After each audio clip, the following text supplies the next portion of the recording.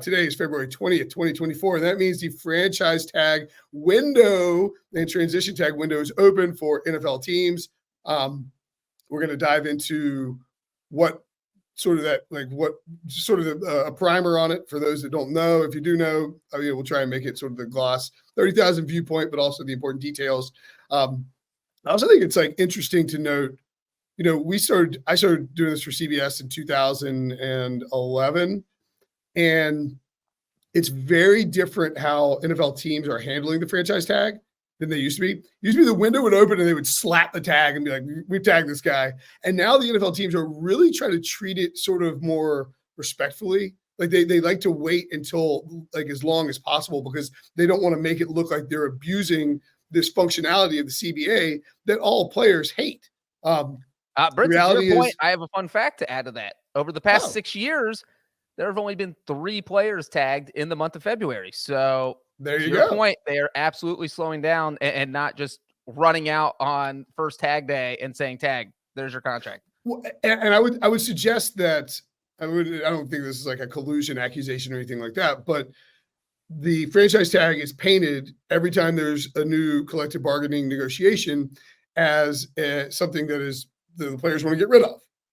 And so teams don't want to draw attention to it in a hyper negative way each year. Now the tag has gotten so big, it's not that crazy to play on it. And I think some players, these running backs with the low number, obviously they don't want to do it. I understand that when you get tagged, it's like, you're not getting that security. But the way that medicine is advanced and, with a fully guaranteed 1-year deal, and it grows so if you get tagged 1 year and you get tagged the second year, it's 120%. So if 1 year fully guaranteed contract, there's a non-exclusive and exclusive tag. Sully, maybe the best example of that is last year with Lamar Jackson, who was given the non-exclusive tag. Yeah, and you mentioned a quarterback there. You say, some players don't like it, or most players don't like it, but you look at a guy like Kirk Cousins too. He's made a ton of money waiting it out, getting the franchise tag. I mean, he's a candidate this year. Dak Prescott.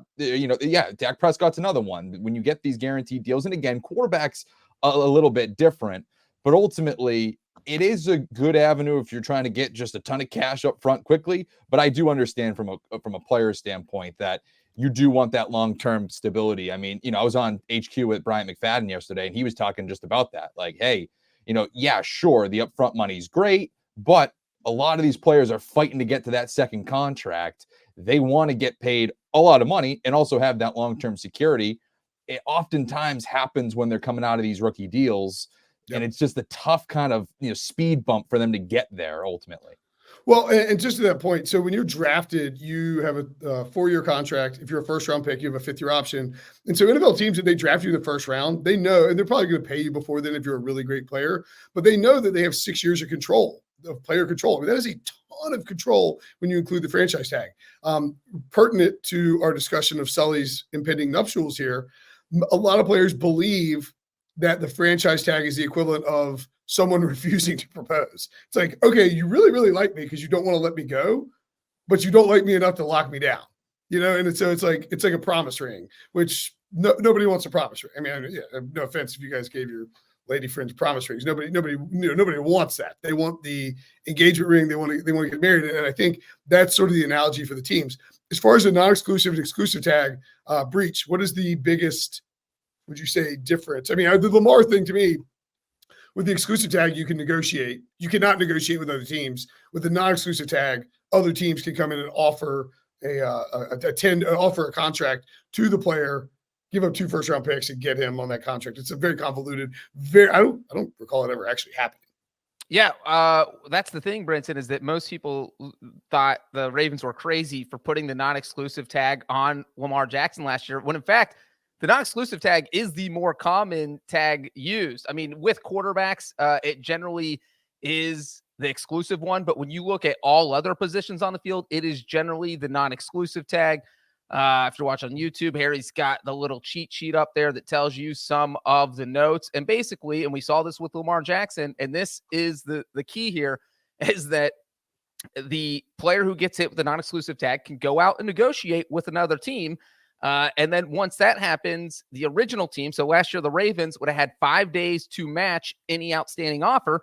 And if they did not do that, and say Lamar Jackson had switched teams last year, the new team has to give 2 first-round picks to the old team. And so that is really why we have not seen anyone change teams under these rules in a very long time. The last time it happened was back in 2000, 24 years ago, with Joey Galloway. So we see this tag used all the time, but we do not see players change teams all the time because no one wants to give up 2 first-round picks to get some guy. And plus, they're signing him to a huge contract. So not only are you signing a huge contract, but you're giving up the draft pick. So it just, yeah, you don't see guys change teams very often. It's one of those things, too. I don't think we're ever going to see it, because if it didn't happen last offseason with Lamar Jackson basically out there for the taking for a lot of these teams, I don't know what other circumstances there are for a play. Like if Patrick Mahomes, I guess, becomes available, then sure, a team will come up. But you had, and at that point, an MVP caliber quarterback who was on to his second MVP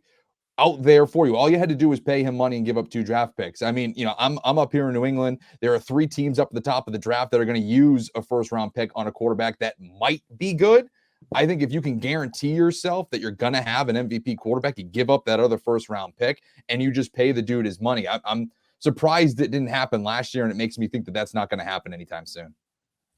By the way, do you guys remember I'm trying to make sure that I'm correct here. Yeah. So in 2006, this is, I mean, do you know where I'm going with this? With Steve Hutchinson. Do you remember the poison pill contracts that they used to do? Yeah. So Hutchinson's deal, Hutchinson was given the transition tag by the Seahawks, which again, transition tag, beautiful transition to the transition tag. Thanks. Great job, Harry. Players free to negotiate with other teams. When your deal, you see the numbers there, the cap percentage, average of the top 10 greatest players at the player's position, or 120% of his previous year salary. So Steve Hutchinson went out, that was given the tag, went out and negotiated. The Vikings offered Hutchinson a deal that included, it was $49 million over 7 years, which is hilariously low for a guy who is Hudson the Hall of Fame, isn't he? Did he get the Hall of Fame? Yep. Yeah, for a Hall of Fame, like all-time guard. Great dude, too. But I think he actually played against Pete Prisco in high school in South Florida. But if Hutchinson was not the highest paid linebacker on his team, lineman, yeah, the contract automatically became fully guaranteed, like immediately. And so the Seahawks could not sign him because Walter Jones made more than Hutch, and it would mean that they would just have to give him like $49 million right away. So Hutchinson left to go to the Vikings, and the Seahawks received nothing in return. They later tried to get back, I think, at them with Nate Burleson on a poison pill deal, and eventually in the 2011 CBA they wiped out poison pill contracts, which frankly is kind of a shame. Because it would be pretty cool if you had because if you're the Falcons with Lamar Jackson, you could have included certain stipulations that would have made it prohibitive for the Ravens to match whatever offer sheet you gave him, et cetera, et cetera. Like if Lamar is within 5 miles of crab cakes at any point during the season, he receives a $10 million raise or something, like something like that. And there are no crab cakes in Atlanta. And so you get the point. Like there's stuff you could do. They've done like playing time and stuff, and that got wiped out. But it's a much more sort of straightforward exercise, and you don't usually see with the transition tag and the non-exclusive tag other teams negotiate with those players because there's a reason why they're getting those tags. The numbers for this year's tag, very quickly. Oh, Harry, you rule. I thought you might have seen that in there. If you're watching on YouTube, youtube.com. Well, real quick on the transition tag, Brent, so let me throw this in, is that if you transition tag someone, they go sign with another team, you do not get any draft pick compensation. Right. You just lose the player. So there is some risk associated with hitting someone with a transition tag, which is a big reason why we do not see it used very often. As a matter of fact, I'm glad Harry does not include this trivia here, because this is trivia for you two. Who was the last player to get hit with a transition tag? Do you know? I want to say, did LeGarrette Blount get the transition tag? Do you know that? That seems like a good guess. I want to say it's like a Bengals tight end. Do you have a specific name, or you just want Hayden Hurst? He went in Bengals tight end. Who's the guy they drafted in the first round? The answer is not a Bengals tight end. It is Kenyon Drake. He got hit with the Oh. transition tag in 2020 by the Cardinals. That's right. That's right. Yeah. And it's like, yeah, I mean, it's transition tag is not you. Now you can also, you can only use one franchise tag per team, but you can use the franchise tag and the transition tag at the same time if you were so inclined. I thought the Giants should have tried to explore that with Daniel Jones and Saquon Barkley last year. And you see, like, let Saquon go negotiate and bring Danny Dimes on the franchise tag. They'd be in a lot better position than they are right now. Harry put those numbers up, $36.4 million. I'm rounding up here for the quarterback for a one-year deal.